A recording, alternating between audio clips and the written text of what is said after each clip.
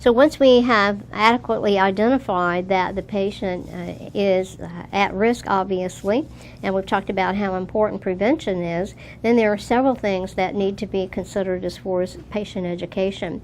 The patient needs to understand the importance themselves of glucose management, appropriate footwear, appropriate foot daily hygiene, and then professional care for nails, callus, management. That's extremely important. So we'll talk a little bit about some of these individually. For pre-meal glucose control, it's recommended that they should be maintained between about 80 to 130. The idea there is to have the patient in good control so that they can prevent or diminish the negative effects of hyperglycemia. Because if they have hyperglycemia, it increases their risk for infection. It compromises white blood cell function.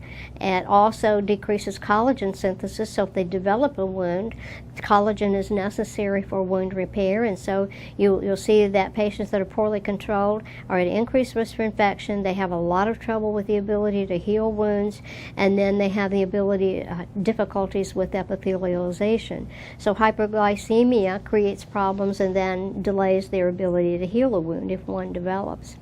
Whereas the positive impact of glucose control is that they can reverse some of those negative effects and prevent the progression of neuropathy. Because if they continue on the pathway to uncontrolled diabetes, we know there are lots of long-term negative results with that: eye damage, kidney damage, and so sometimes patients become very discouraged that have diabetes. They think that these negative sequelae of the condition is inevitable, that they can't prevent it. And so it's important for us as wound care providers to work with the patient and to help them to understand that there are benefits, that if they can care for themselves properly, if they can provide good glucose control, perhaps they can prevent becoming blind or limb loss. Sometimes they may say, well, my grandmother had it and lost their leg, my mother had it and lost their leg, so there's nothing I can do that makes any difference. Well, we want to empower them that they can make a difference, that they can prevent or at least diminish the risk for them developing, the same unfortunate result.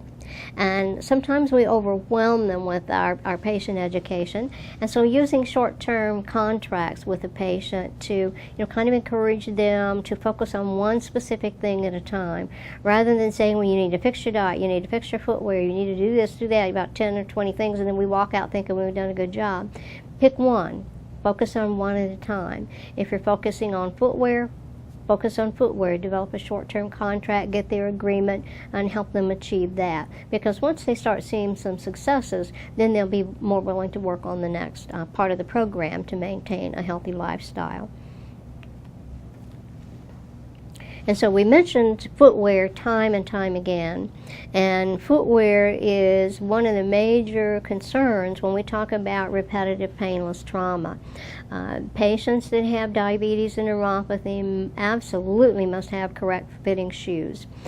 Because of those altered foot contours, they need an orthotics consult for insoles. They should avoid high heels, because if you think about all those pressure points that the high heel really contributes to the abnormal pressure distribution on the foot.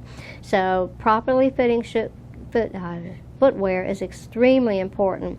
And this sounds very simple. It is extremely difficult to accomplish, because people have special relationships with their shoes and how they want to look when they go to church or when they're out on a social occasion. So this is more complicated than it sounds. You may be able to get the shoes, but you also have to be able to wear the shoes. And so adherence to it is really a struggle. And so that's one of your short-term contracts that you may have to negotiate with a patient. A patient who already has had a history of ulcers over the metatarsal heads, they may need a rocker bottom sole for their shoes. Some simple tips to help patients, making sure their shoes aren't too tight. They basically need wide shoes that have a deep toe box because of the motor neuropathy there. So that's why you need an orthotic specialist to make sure they get proper shoes. Also, the patient needs to break in any new shoe on a gradual basis surfaces. If they get a brand new shoe and wear that all day long, they may create an injury. So it's best to carry a couple pairs of shoes. Start out wearing a new pair just for a couple of hours a day, then maybe progress, because if they try to just jump right in and wear it, they can create an ulcer on their feet within a short period of time. It doesn't take long to get a blister, to get an injury. They also should wear protective footwear at all times, and that means even in the house. Sometimes they think, even in the house? Yes, even in the house. Even if they're just getting up at night for the bathroom, they should have some footwear there so that they step right into the shoe. How many times have you tried to work your way to the bathroom and stubbed your toe on something on the furniture on the way?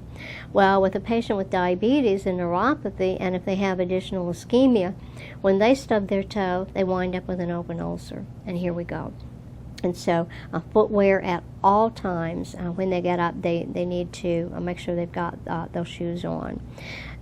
Additionally, footwear is important if you're out on the beach. They need to make sure they have it. If you're on a hot sidewalk, we had a patient in our area from Charleston, South Carolina, so we have the opportunity to be near a lovely beach. Had a 90-year-old patient with diabetes and neuropathy with third-degree burns on his feet. He thought he could just take a little short walk on the beach. Severe burns. Again, the lack of proper footwear and the lack of proper sensation. The patient with diabetes and neuropathy also needs to inspect their shoe wear every day before they put them on. In other words, shake it out. You never know what's going to be down in that shoe. The assortment of materials that we hear about that people find in their shoe is just astronomical. It may be pins, it may be needles, it may be any number of things that are down there. It can be staples that have fallen off from something. We had a surgeon in our area he was a diabetic. He was scrubbing for surgery one morning, and how they change their shoes, put on little booties, and the nurse was saying, "Doctor, your feet are bleeding." And he didn't even know the feet were bleeding, and when he checked his shoe, he had a golf ball up in the toe of the shoe. And he had played golf the previous week. So he had been shoving that foot down into that shoe for over a week and didn't know the golf ball was there. And so there again is another example. It's hard to conceive for those of us that have normal sensation that they can create such damage and not notice it. Foot hygiene is equally important. The feet need to be bathed and bathed carefully with mild soap and water, and be very, very careful with the temperature of the bath water. It's probably not a bad idea to get a thermometer and measure that temperature of the bath water because they don't feel it. And so you can burn the feet. I actually had a patient in home care that the home health aide was trying to be very gracious and kind and help the lady wash her feet. Didn't properly check the temperature of the water, and the patient wound up with bilateral amputations from third-degree burns from the foot soak being too hot. So the temperature of the water is another extremely critical point. And if you can't be, best not to guess, get a thermometer and check it. Callus management is important as well. I did want to reinforce the point there to make sure they rinse the feet well and dry well between the toes. You don't want to keep that moisture between the toes when you're taking care of the feet. You may want to use a very gentle area with a pumice stone if there is callus material that's built up on the foot, but be very careful with that. You don't want to be aggressive and abrasive and actually rub an ulcer on the patient's foot. Applying emollients to the skin, but not between the toes, and then to be sure to wear socks. The other important thing about shoe wear is to wear socks or nylons in addition to the shoes, and this is something that is always so difficult for those of us that are in warm climates. People want to wear sandals, and inevitably they wind up with a blister because they don't have anything to protect their skin from the friction of the footwear. So I know it may not look as beautiful all the time, but they need that protective layer or socks or nylon with their footwear. Another critical area in foot care and foot hygiene is nail care. A patient with loss of protective surfaces or compromised blood flow, they should have professional nail care. They should have someone that is paring their calluses to the professional, and they should have someone that's cutting those toenails. Because if you don't see well and you can't feel things, how can you safely cut the toenails? And so they're at risk for injuring themselves. You don't want them engaging in their own bathroom surgery for this nail and callus care. In other words, that means no razor blades, because you may or may not have seen patients, I've seen them, where they're in there trying to saw down that callus with a razor blade, or they're trimming off their toenails with a pocket knife. And so those are unacceptable behaviors. They need to seek out professional care so that it can be done safely without injuring the foot. And then another point is to avoid chemical agents. If they have corns or bunions, to protect those, but not to use some of those chemical agents, because those can create a burn on the patient and create an open wound.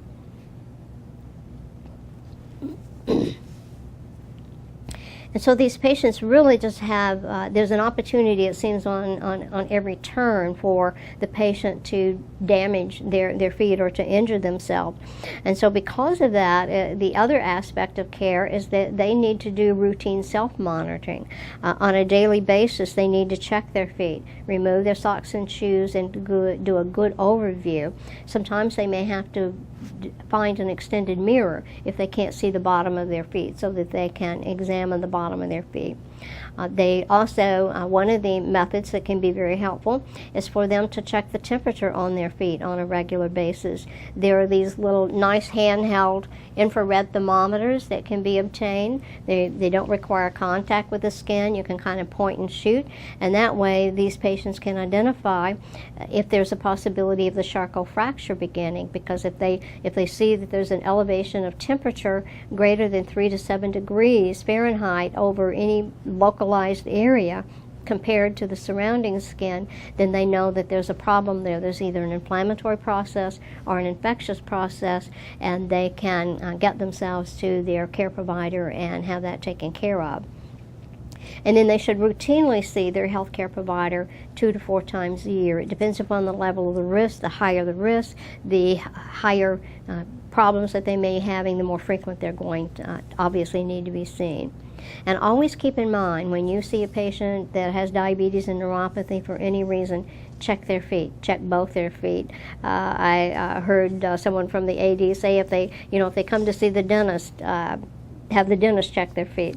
I'm not sure that happens in most dental practices, but you get the idea that foot care and foot checking is really an essential part of prevention.